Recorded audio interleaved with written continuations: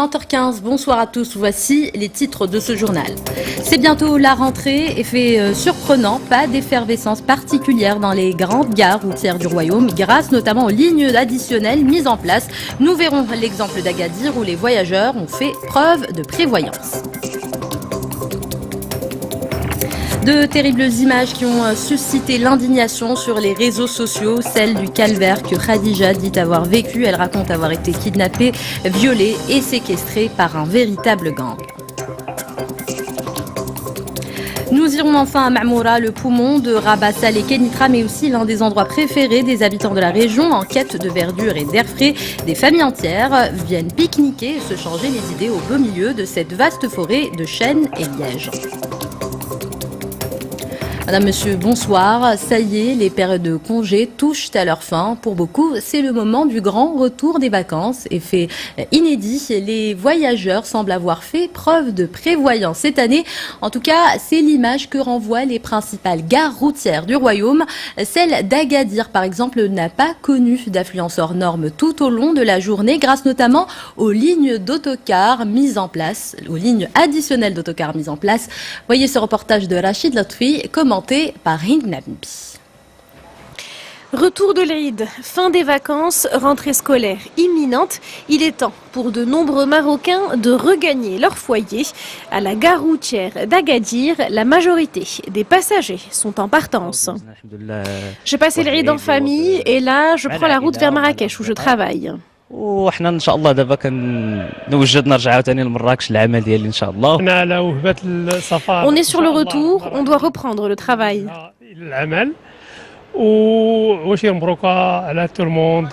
Malgré l'affluence importante en cette période de fête, les lignes additionnelles mises en place par les sociétés de transport ont permis d'assurer la fluidité des retours. Tout se passe bien, il y a suffisamment d'autocars pour répondre à la demande. Il n'y a pas de problème de transport, j'ai payé mon billet au prix habituel. Dans les gares ou sur les routes, une atmosphère de dernier week-end de vacances règne pour les voyageurs. Il est désormais temps de prendre la route. Même constat sur un axe autoroutier pourtant très fréquenté les week-ends. La circulation est fluide sur le tronçon Casarabat et même jusqu'à Tanger. Pas de rush de dernière minute. Les automobilistes ont donc pris très au sérieux les dernières recommandations de la Société des autoroutes du Maroc. Exemple à Sidi El Bahraoui à travers ces images de Mustafa Sadouni, commentées par Tariq Boukhati. Le trafic du chassé-croisé tant redouté n'a pour l'instant pas eu lieu. À la station de péage de Sidi Al-Bahraoui, plusieurs usagers de la route ont préféré prendre leur temps pour laisser passer le pic de fréquentation de l'autoroute. L'axe Rabat-Nord-Tanger est bien moins surchargé qu'à l'habitude, pour le plus grand bonheur des usagers. Les jours de l'Aïd, tout le monde part pour rendre visite à sa famille. Habituellement, c'est très chargé, donc on a évité les heures de pointe. L'Aïd est passé, maintenant nous rentrons à la maison. On a cherché à éviter les embouteillages et cela a plutôt bien marché. L'Aïd a coïncidé cette année avec plusieurs jours fériés. Les automobilistes ont donc pris leurs dispositions en prenant la route un peu plus tôt que prévu, ce qui a eu pour conséquence de fluidifier naturellement le trafic et de laisser aux automobilistes le luxe d'apprécier leur période de repos. Oui, j'ai emmené ma part de grillade avec moi et de tagine. L'Aïd s'est bien passé et on a gardé une part du sacrifice. C'est le dernier week-end du mois d'août. La route est donc pour l'instant dégagée, mais la Société nationale des autoroutes du Maroc met néanmoins en garde les automobilistes contre une surcharge du trafic qui pourrait débuter ce dimanche en début de soirée. C'est une image que redoutent les consommateurs marocains, celle des viandes verdâtres après l'abattage des moutons. Et pour éviter la putréfaction de ces viandes, cette année, les mesures sanitaires ont été renforcées. Pourtant, quelques cas isolés se sont manifestés et l'ONSA insiste justement sur le fait qu'il s'agit d'exceptions qui feront l'objet d'analyses. Le reportage de Etzman Mawadeh est commenté par Mounira Al-Ghzal. Nous sommes chez Khadija. Cette Casablancaise a eu la mauvaise surprise d'assister à la putréfaction de sa viande. L'odeur et ensuite la couleur ont rapidement changé. Elle a dû contacter les abattoirs locaux de Casablanca où elle a emmené la totalité de la dépouille de 100 moutons. Toutes les parties du mouton sont devenues vertes. Le lendemain de l'Aïd, plus rien n'est propre à consommer. Nous n'arrivons même pas à congeler la viande, des liquides en sortent. Khadija n'est pas la seule. D'autres personnes avec des problèmes de putréfaction similaires se sont retrouvées aux abattoirs de Casablanca pour tenter de comprendre. Mon mouton est assez cher, je l'ai égorgé moi-même et séparé la peau de la dépouille qui a commencé à bleuir. L'odeur de putréfaction a suivi, quelqu'un a dû tricher. Pour toutes les bêtes abattues, l'Office national de sécurité sanitaire des produits alimentaires continue sa campagne d'encadrement. Cette année, à l'encontre des précédentes, aucun cas grave ou alarmant n'a été enregistré à notre niveau. C'est plutôt rassurant. Rien qu'à Casablanca, plus de 700 000 de bétail ont été sacrifiés cette année. Les cas de dépouilles putréfiées existent, mais ne sont que des exceptions selon l'UNSA. Des consommateurs à guider et à aider. En Algérie, à présent, l'attitude du gouvernement face à la réapparition du choléra est au centre d'une vaste polémique. Beaucoup reprochent aux autorités d'avoir tardé à annoncer le retour de cette épidémie. Un constat qui aurait pu être dressé il y a 2 semaines selon les médias algériens. Et d'après le dernier bilan officiel, le diagnostic du choléra a été confirmé chez 49 malades, dont 2 sont décédés. Son discours anti-immigration n'a pas résisté aux critiques. Le ministre de l'Intérieur italien Matteo Salvini a fini par accepter que les 140 migrants coincés depuis 6 jours dans le port de Catane en Sicile débarquent. Le feu vert a été donné très tard hier dans la nuit après l'accord de l'Église catholique italienne, de l'Albanie et de l'Irlande d'accueillir ces personnes en détresse qui se trouvaient à bord du navire des gardes-côtes italiens. Un dénouement positif donc pour cette crise qui cristallisait les tensions entre Rome et Bruxelles au sujet de l'immigration. Retour au Maroc avec ces images qui suscitent une vague d'indignation sur les réseaux sociaux. Les images d'une jeune fille du nom de Khadija qui raconte l'enfer qu'elle aurait vécu. Elle dit avoir été kidnappée, violée et séquestrée dans une plantation d'oliviers loin de son doual à 40 km de Bni Mellal. Elle accuse un groupe d'hommes de l'avoir droguée pendant plusieurs semaines histoire de la torturer. Elle montre d'ailleurs des parties de son corps tatouées par ses présumés agresseurs selon son récit. Voyez ce reportage commenté par Mriama Moutir. Des marques de brûlures, des tatouages sur tout le corps. Les images de Khadija font le tour de la toile marocaine depuis plusieurs jours. Selon son récit, elle aurait été séquestrée pendant plus de 2 mois par une bande d'une dizaine d'hommes qui lui auraient fait subir plusieurs sévices. Ils m'ont emmenée de force en utilisant la violence. Ils m'ont emmenée à Zeytoun, m'ont violée en groupe.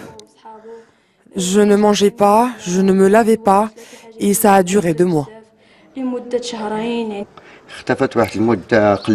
Elle a disparu, je l'ai cherchée avant de faire une déclaration à la gendarmerie royale, mais on n'avait pas d'informations sur elle.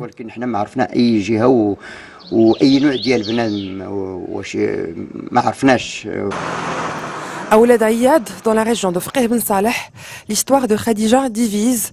Les familles des accusés clament l'innocence de leurs enfants.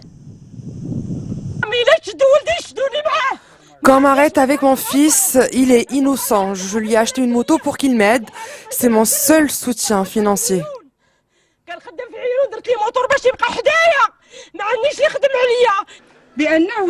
Nos enfants ne l'ont pas touché, ils nous l'ont juré.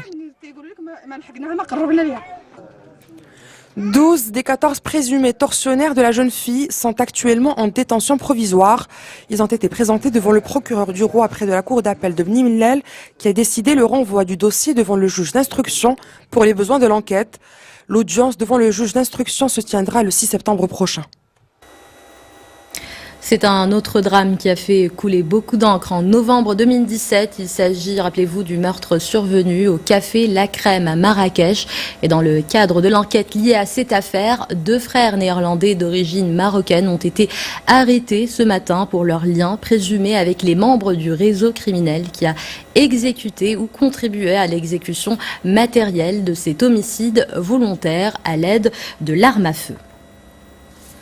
En plein débat national sur la question de l'emploi, focus ce soir sur l'auto-entrepreneuriat. C'est un régime qui suscite l'engouement des jeunes. En 2 ans seulement, 60 000 personnes ont obtenu leur carte d'auto-entrepreneur. Je vous propose de suivre les portraits de 2 jeunes qui ont réussi à se faire une place dans des secteurs très concurrentiels. Voyez ce reportage de Sarah Jabri et Driss El Kohen. En 2014, Mohamed a décidé de monter une petite entreprise de conditionnement et de distribution de café. Après être passé par des débuts difficiles, il a enfin réussi à se faire une place sur le marché et à fidéliser des clients malgré une concurrence acharnée. Ce n'est pas du tout facile pour les petits entrepreneurs d'exister face à de grandes sociétés. Il faut beaucoup de temps, de travail et de l'expérience pour pouvoir commercialiser ses propres produits. Le chemin de l'entrepreneuriat est souvent semé d'embûches. Après avoir obtenu sa licence en communication visuelle et acquis l'expérience professionnelle suffisante, Idriss a fait le choix de monter sa propre agence pour se démarquer dans un marché très concurrentiel. Il mise sur sa créativité. Je me suis dit pourquoi pas créer une agence de communication pour proposer des solutions de marketing. Le premier problème est d'expliquer les avantages et les bienfaits de la publicité aux clients. Un ami qui m'a mis en contact avec Moulay Idriss et jusqu'à présent on a fait déjà l'affiche et c'est une très belle affiche et on a travaillé dessus que par téléphone. Depuis l'entrée en vigueur en 2015 du statut d'auto-entrepreneur au Maroc, leur nombre a quasiment doublé. S'ils étaient près de 32 000 en 2016, ils sont désormais plus de 60 000 d'après les statistiques de la Direction générale des impôts.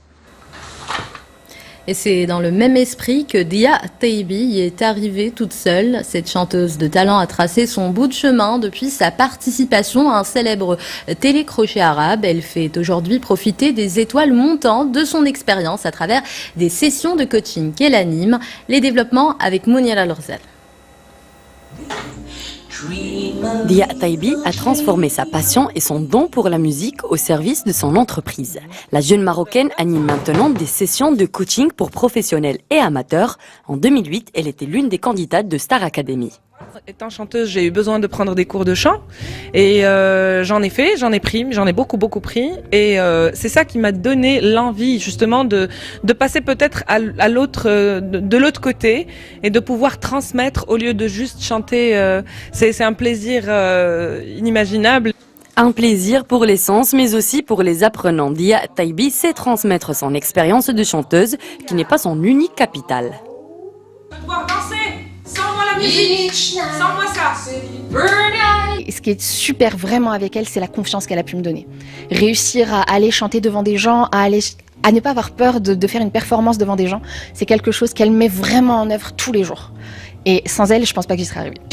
Après 10 ans, l'étoile montante du petit écran est sortie au grand jour. Aujourd'hui, elle montre la voix aux passionnés du chant. Elle s'appelle Dia Taibi.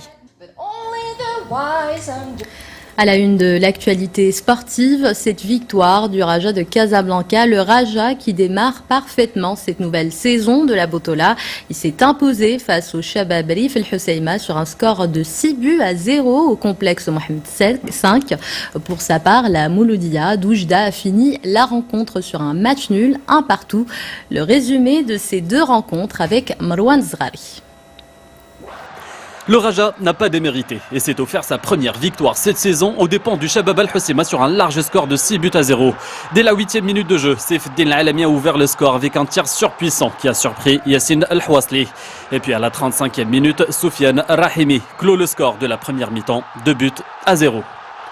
Après le retour des vestiaires, Mohsen Niajour, parfaitement servi par Zakaria Hadraf à la 56e minute, marque le 3e but pour le Raja.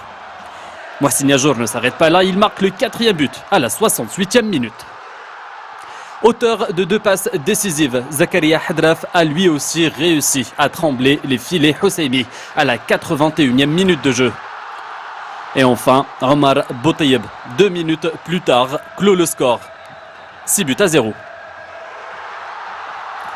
Dans l'autre match disputé hier, le derby de l'Oriental opposant le Mouloudia d'Oujda à la Renaissance sportive de Berkane. Il a fallu attendre la 87e minute pour que les nouveaux promus ouvrent le score du point de pénalty grâce à Soufiane Bahsa. La RSB a répliqué avant le coup de sifflet final. Là-bas, Kodjo Fodo marque un pénalty à quelques secondes de la fin du temps additionnel. C'est le poumon de la zone urbaine Rabat Salé Kenitra. C'est aussi l'un des endroits préférés des habitants de la région en quête de verdure. Mamoura est très fréquenté en cette période de l'année. Des familles entières y vont pour se changer les idées au beau milieu de cette vaste forêt de chênes et de lièges. Ce sont des images signées Mriem Amlal et Mustafa Sadouni, commentées par Hind Benambi. Forêt de Mamoura, à quelques kilomètres de Rabat. En week-end, il n'est pas rare d'y rencontrer des familles venues se mettre au vert pour la journée. Et en cette période de Eid al-Adha, c'est l'endroit idéal pour pique-niquer. On est venu en famille pour que les enfants puissent jouer et s'amuser. On a voulu changer d'air et passer la journée en famille. Les sportifs en herbe et les amateurs d'espaces verts y trouvent également leur compte. La forêt est un terrain de jeu idéal pour les enfants. On est venu passer la journée en famille dans la forêt. Ici, on a de la place pour jouer. Avec plus de 130 000 hectares de chênes-lièges, la forêt de la Mamoura est le poumon de la zone Kenitra Rabat Salé et un espace de loisirs important pour les habitants de la région. Il me reste à vous rappeler l'une des principales informations de ce journal. Ça y est, les périodes de congés touchent à leur fin. Pour beaucoup, c'est le moment du grand retour des vacances. Et le fait inédit cette année, c'est que les voyageurs semblent avoir fait preuve de prévoyance. En tout cas, c'est l'image que renvoient les principales gares routières du royaume. Celle d'Agadir, par exemple, n'a pas connu d'affluence hors norme tout au long de la journée, grâce notamment à la mise en place de lignes d'autocars additionnelles. C'est la fin de cette édition. L'info continue sur 2m.ma et sur l'application My2M à 21h15. Zahra Aitihel vous retrouve pour Al-Masaïa. Demain, rendez-vous avec Ihsan Benbel. Excellente soirée à tous sur notre antenne.